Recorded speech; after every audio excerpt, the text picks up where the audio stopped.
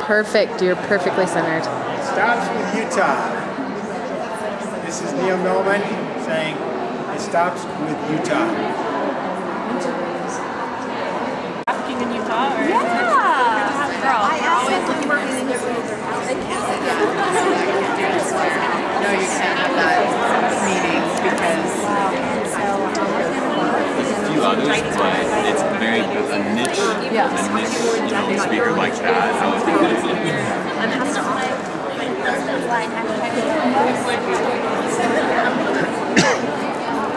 Say hi for the camera, Jesse. Hi. Finally recharged this battery. Oh, good.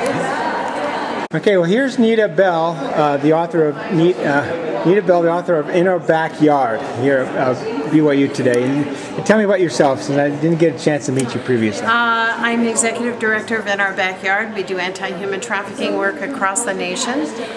We have done anti-human trafficking work the last 8 Super Bowls, and we do anti-human trafficking work, a lot of legislative work in Oregon particularly. We have a campaign called Freedom Stickers, where freedom stickers go inside the bathroom stalls. Oftentimes that's the only time a victim of human trafficking is alone and able to ask for help.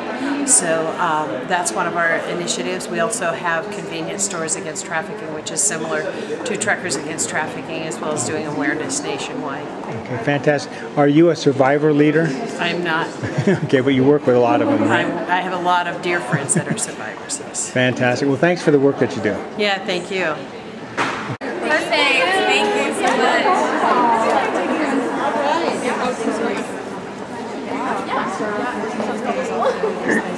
I'll probably have to. Oh, thanks. I was married to her for 40 years. I had 3 kids with my brothers. And I was literally her. I left that. And I'm now in the middle of the series. I think it was probably. Let me try hers again.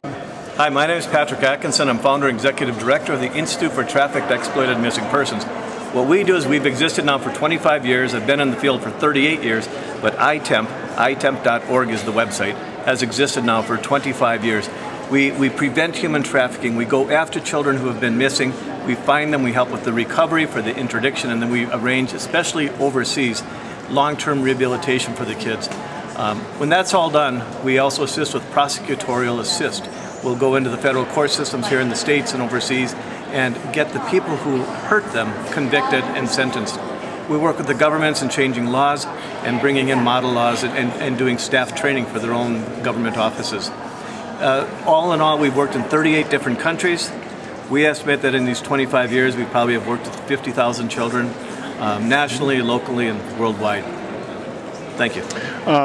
Did you have any involvement with the Central American kids in 2014? You know, we were asked to go in and do quite a bit along the border when the child's migration happened, and we actually declined doing that because I looked at the problem, and we could have helped with that, but I looked at the politics, and I said we're not staffed or we're not ready to take on the politics that are involved with what's going on. I wish people would just step aside and let the people who know how to do the work and keep the politics to the politicians.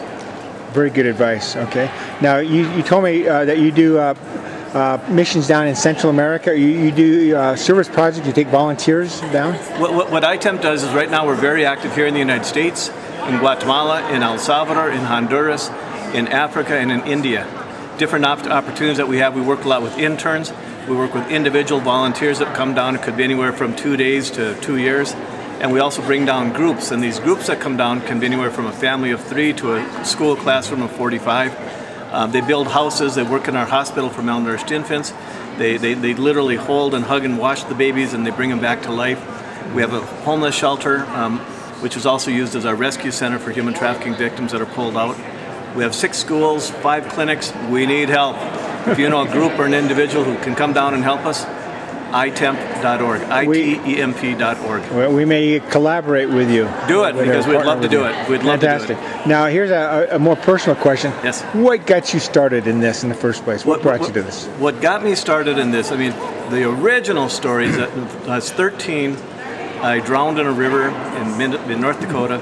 I was underwater for 7 minutes. I came out of that, but the experience I had, which I won't repeat right now, but the experience I had removed forever any shadow of a doubt of an afterlife and the existence of God. That's right. And so going out of high school and going into college, where I volunteered on a crisis line, which got me involved with runaways and children who are victims of abuse, transitioned me after college into working with street gangs and runaways in New York City, which got me down to working in the war zones of Central America in the El Salvadorian Civil War in 1983, 84, 85, Guatemala, Nicaragua, Honduras.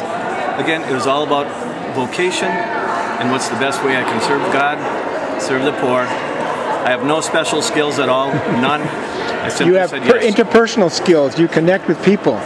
You love people, and they know you love them. I work my butt off for them, and I think they know that. I respect them. Regardless who it is, I respect them. That's right. Yeah. That's right. Well, thank you so much for coming, and great to know you. Absolute pleasure. Thank you. So here's Patrick. He's about to give me a gift. I'm giving you this gift. This is a book. I call it, it takes 1 minute to read, literally, and a lifetime to understand. It's a book that I wrote with one of my children. Over the years, I've adopted 17, legally adopted and raised in my home 17 children, 9 boys, 8 girls. One of my kids, when he was in his middle teen years, I would have traded him away for a 6-pack of water. He just, kids. Yeah. But anyways, and so I wrote this for him. I modified an earlier thing I'd written, and I wrote it for him, and it's had different variations, and then he illustrated it. And this book has now sold 3.5 million copies worldwide. It's in 13 different languages. It's in poster form. You can find it online. It's used by the Republic of India as one of their school curriculums for advanced education. If you need copies in Spanish, if you're down in Tijuana, write me and let me know. Drop me an email. I'll send them to you. It'll be my gift. It'll be my donation to your efforts. You're doing wonderful work. Thank you so much. Yep, and it's a good book because it really tells kids, you're in charge of your life. I can talk to you about God, but you decide if you're going to have faith or not. I can talk to you about drugs and alcohol, but you decide if you're going to use or have just one. Yes. I can talk to you about respect, but you're going to decide if you're going to be courteous or not. You make the decision. When everything is said and done, I love you, I worship the ground you walk on, and I hope with all my heart as a father that you choose the best, because it's your decision. Exactly. Well, in our faith as Latter-day Saints, Mormons, free agency is preeminence. Yeah. I don't think we understand it fully enough to really apply it, but if we did, it would be exactly what you're talking about. Giving kids at the earliest age an understanding of who they are and what their responsibilities are, right? Yep. Moral agency. To choose for themselves. They have to choose, because we're not going to be there. The toughest kids, I always tell the people, pray for the kids, okay? Because they're sending them that spiritual strength, because they're going to make the tough decisions. Sex, yes or no. Drugs, yes or no. Alcohol, yes or no. Drop out of school, yes or no. And they're going to make those decisions on a Friday night at 10 o'clock, and you're not going to be there, and I'm not going to be there. But if we're praying for them, if we give them some prep material and let them know, hey, I'm with you always, okay? Then they're going to have the strength to make the right decision. Okay. Well, we'll follow up on it. Thank you for your contribution. Yes. So, tell me what your takeaway from this is today. What have you learned? I'm just really encouraged by all of the great speakers and participants here. And I think BYU did a phenomenal job of putting this on.